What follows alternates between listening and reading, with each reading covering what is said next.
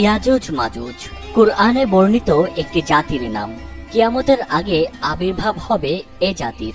কিয়ামতের যে কয়টি বড় আলামত রয়েছে তার মধ্যে অন্যতম ইয়াজুজ মাজুজের আগমন। কুরআনে এ গোষ্ঠীকে বর্বর ও অনিষ্টকারী হিসেবে পরিচয় দেয়া হয়েছে। আরো বলা হয়েছে একসময় বিশাল ভূখণ্ডব্যাপী ছিল তাদের দৌরাত্ম্য। এ সময় অসহায় ও নিরীহ মানুষের ওপর চলত তাদের নির্যাতন ও নিপীড়ন।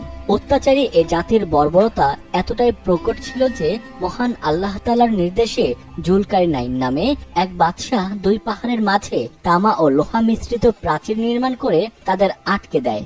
আর এই ঘটনাটি কুরআনুল কারিমে তুলে ধরা হয়েছে। আল্লাহ তাআলা পবিত্র কুরআনে বলেন, অবশেষে যখন সে পথ চলতে চলতে দুই পর্বতের মধ্যবর্তী ভূখণ্ডে পৌঁছালো, সেখানে এমন এক জাতিকে পেল যারা তার কথা স্পষ্ট বুঝতে পারছিল না। তারা বলল, হে জুলকারনাইন, নিশ্চয়ই ইয়াজুজ ও মাজুজ জমিনে অশান্তি সৃষ্টি করছে। তাই আমরা কি আপনাকে কিছু খরচ দেব যাতে আপনি আমাদের ও তাদের মাঝে একটা প্রাচীর নির্মাণ করে দেবেন? সে বলল, আমার রব আমাকে যে সামর্থ্য দিয়েছেন সেটাই উত্তম। অতএব তোমরা আমাকে শ্রম দিয়ে সাহায্য করো, আমি তোমাদের ও তাদের মাঝখানে একটি সুদৃঢ় প্রাচীর নির্মাণ করে দেব। তোমরা আমাকে লোহার পাত এনে দাও।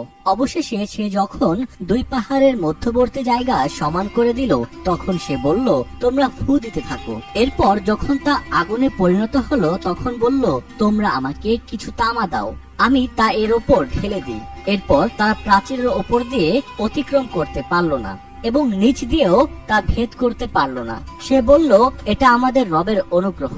অতঃপর যখন আমার রবের ওয়াদাকৃত সময় আসবে, তখন তিনি তা মাটির সঙ্গে মিশিয়ে দেবেন, আর আমার রবের ওয়াদা সত্য। সূরা কাহাফের ৯৮ নম্বর আয়াতে সুস্পষ্ট বোঝা যায় যে আল্লাহ তাআলার প্রতিশ্রুতি অনুযায়ী জুলকারনাইনের নির্মাণ করা প্রাচীর যখন ভেঙে যাবে, তখন মানব উপত্যকায় আবারও দলে দলে গমন করবে ইয়াজুজ মাজুজ।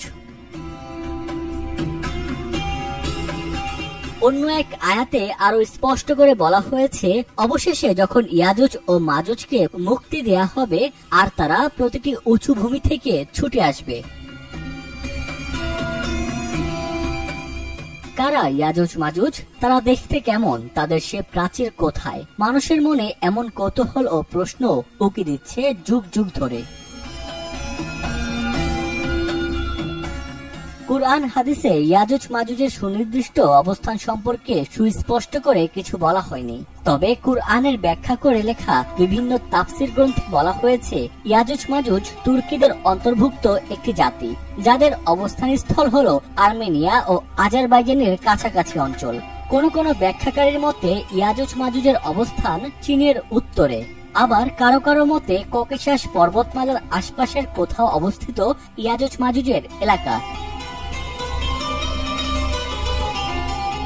তৃতীয় হিজরির প্রখ্যাত ভূগোলবিদ ইবনে খরদিজবাহ তিনি তার একটি গ্রন্থে বর্ণনা করেন যে আব্বাসীয় খলিফা ওয়াসিক বিল্লাহর নির্দেশে দোভাষী সাল্লামের নেতৃত্বে একদল লোককে ইয়াজুজ মাজুজের খবর সংগ্রহের জন্য অভিযানে পাঠানো হয়। তারা দুর্গম পথ পাড়ি দিয়ে প্রায় ২.৫ বছর পর ফিরে আসে। তবে ইয়াজুজ মাজুজের অবস্থান সম্পর্কে শতভাগ নিশ্চিত না হলেও তারা অনুমান করে বলেন, পৃথিবীর উত্তর পূর্ব ভূখণ্ডে ইয়াজুজ মাজুজের অবস্থান। তবে আধুনিক সভ্যতায় প্রযুক্তির কল্যাণে পৃথিবীর এক প্রান্ত থেকে অপর প্রান্তে খবর ও সীমানা চিহ্নিত করা গেলেও ইয়াজুজ মাজুজের সঠিক অবস্থান সম্পর্কে কোন স্যাটেলাইটও ন্যূনতম ধারণা দিতে পারেনি।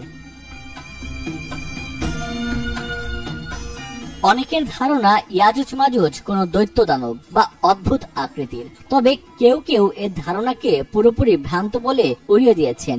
তাদের মতে ইয়াজুজ মাজুজ আদম সন্তান, তারা স্বভাবজাত মানুষের মতোই। হযরত নূহ আলাইহিস সালামের সময়কার মহাপ্লাবনের পর তার ৩ বংশধর হাম, শাম এবং ইয়াফিসের উত্তরসূরিরাই পৃথিবী জুড়ে বিস্তৃত। আরব আজম ও রোমের পূর্বপুরুষরা শামের বংশধর। ইথিওপিয়া বা হাবশা এবং নবা অঞ্চলের পূর্বপুরুষরা হামের বংশধর। তুর্কি, সাকালিব এবং ইয়াজুজ মাজুজের পূর্বপুরুষরা ইয়াফিসের বংশধর। তবে ইয়াজুজ মাজুজ বৈশিষ্ট্যের দিক থেকে মানুষ হলেও হিংস্র ও অমানবিক একটি জাতি। ইয়াজুজ মাজুজ আবার কবে এবং কিভাবে আসবে মানব উপত্যকায়? কোন হাদিসের বর্ণনা মতে মহানবী সাল্লাল্লাহু আলাইহি ওয়াসাল্লামের যুগেই ইয়াজুজ মাজুজ বের হওয়ার লক্ষণ প্রকাশিত হওয়ার কথা জানা যায়। উম্মে হাবিবা রাদিয়াল্লাহু আনহা থেকে বর্ণিত, মুহাম্মদ সাল্লাল্লাহু আলাইহি ওয়াসাল্লাম একদিন চিন্তিত ও রক্তিম চেহারা নিয়ে উপস্থিত হলেন এবং বললেন, লা ইলাহা ইল্লাল্লাহ, আরবদের জন্য ধ্বংস অনিবার্য, অকল্যাণ নিকটবর্তী হয়ে গেছে। ইয়াজুজ মাজুজের প্রাচীর এ পরিমাণ খুলে দেয়া হয়েছে, এ বলে তিনি হাতের বৃদ্ধাঙ্গুলি ও তর্জনী আঙ্গুলি দিয়ে গোলাকৃতি করে দেখালেন। ইমাম মাহাদি আলাইহিস সালামের ইন্তেকালের পর ইসলামী সাম্রাজ্যের সকল ব্যবস্থাপনার দায়িত্ব হযরত ঈসা আলাইহিস সালামের ওপর অর্পিত হবে। তখন অত্যন্ত শান্তি শৃঙ্খলার সঙ্গেই সকলের জীবন অতিবাহিত হবে। এমন সময় আল্লাহ রাব্বুল আলামিন হযরত ঈসা আলাইহিস সালামকে জানাবেন যে তিনি ভূমণ্ডলে এমন এক সম্প্রদায়ের উদ্ভব ঘটাবেন যাদের মোকাবেলা করতে পারবে না কেউ, তাদের সঙ্গে যুদ্ধ করার ক্ষমতাও কারণে। আর সে সম্প্রদায় হলো ইয়াজুজ মাজুজ। তখন আল্লাহ তাআলা ঈসা আলাইহিস সালামকে তার অনুসারীদের নিয়ে পাহাড় পর্বতে একত্রিত হওয়ার নির্দেশ দিবেন। এরপর প্রাচীর ভেঙে পড়ার পর ইয়াজুজ মাজুজকে উচ্চ ভূমি থেকে দৌড়াতে দৌড়াতে আসতে দেখা যাবে। তাদের প্রথম দলটি তবরিয়া উপসাগরের পাশ দিয়ে অতিক্রমের সময় সবটুকু পানি পান করে ফেলবে। অন্য দল সেখান দিয়ে যাওয়ার সময় শুকনো সমুদ্রের দিকে তাকিয়ে বলবে, এখানে কি কখনো পানি ছিল? পরে লোকালয়ে এসে মানুষের কষ্টের ফসল ক্ষেত খামার নষ্ট করে দিবে, গবাদি পশু মেরে ফেলবে, নির্বিচারে মানুষ হত্যার মাধ্যমে ভূমণ্ডলে রক্তপাত ঘটাবে। তখন প্রাণ বাঁচাতে হযরত ঈসা আলাইহিস সালাম ও তার সঙ্গী সাথীরা পাহাড় পর্বতে অবস্থান করবেন। সেখানে দিন যাপনকালে আল্লাহর মুমিন বান্দারা অভাবগ্রস্ত হয়ে পড়বেন, ভীষণ দুরবস্থায় দিন কাটাবেন, খাদ্যের তীব্র অভাব দেখা দিবে। তখন হযরত ঈসা আলাইহিস সালাম ও তার সাথীরা আল্লাহ পাকের দরবারে আকুতি মিনতি জানিয়ে দোয়া করবেন। তখন আল্লাহ তাআলা ইয়াজুজ মাজুজের উপর নাতাফ নামে একটি রোগ ছড়িয়ে দেবেন। এটি হবে এক প্রকার ক্ষত রোগ। এতে সকল ইয়াজুজ মাজুজের দল একসঙ্গে মৃত্যুবরণ করবে। এই ঘটনার পর হযরত ঈসা আলাইহিস সালাম ও তার সঙ্গী সাথীরা সমতল ভূমিতে অবতরণ করবেন। দেখতে পাবেন সমস্ত ভূখণ্ডে ইয়াজুজ মাজুজের লাশ পড়ে আছে। তখন তারা এ দুর্বিষহ পরিস্থিতি দেখে মুক্তির জন্য রবের কাছে আবারও অনুনয় বিনয় সহ মিনতি জানাবেন।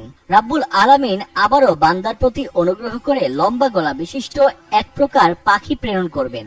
তারা মৃতদেহগুলো আল্লাহর ইচ্ছায় দূর অচেনা কোনো স্থানে নিয়ে ফেলে দেবে। তারপর আল্লাহ পাক মুষলধারায় বৃষ্টি বর্ষণ করবেন, যার পানিতে কাঁচা পাকা ঘর বাড়ি, মাঠ ময়দান ধুয়ে আয়নার মতো পরিষ্কার পরিচ্ছন্ন হয়ে যাবে। এরপর আল্লাহ তাআলা দুনিয়ার জমিনকে নির্দেশ দেবেন, উদ্ভিদ বের করো, ফলমূল বৃদ্ধি করো। তখন পুরো দুনিয়ায় আবারও বরকত কল্যাণে ভরে যাবে। তখন ভূমি উৎপাদিত আনারগুলো এত বড় হবে যে একটি আনারের অংশ বিশেষ একদল লোক খেতে পারবে এবং তার খোসাতে ছায়া গ্রহণ করতে পারবে। দুগ্ধবতী পশুতে এ পরিমাণ দুধের বরকত হবে যে একটি উটনির দুধ একটি সম্প্রদায়ের লোক পান করে পরিতৃপ্ত হতে পারবে। একটি ছাগলের দুধ একদল মানুষের জন্য যথেষ্ট হবে।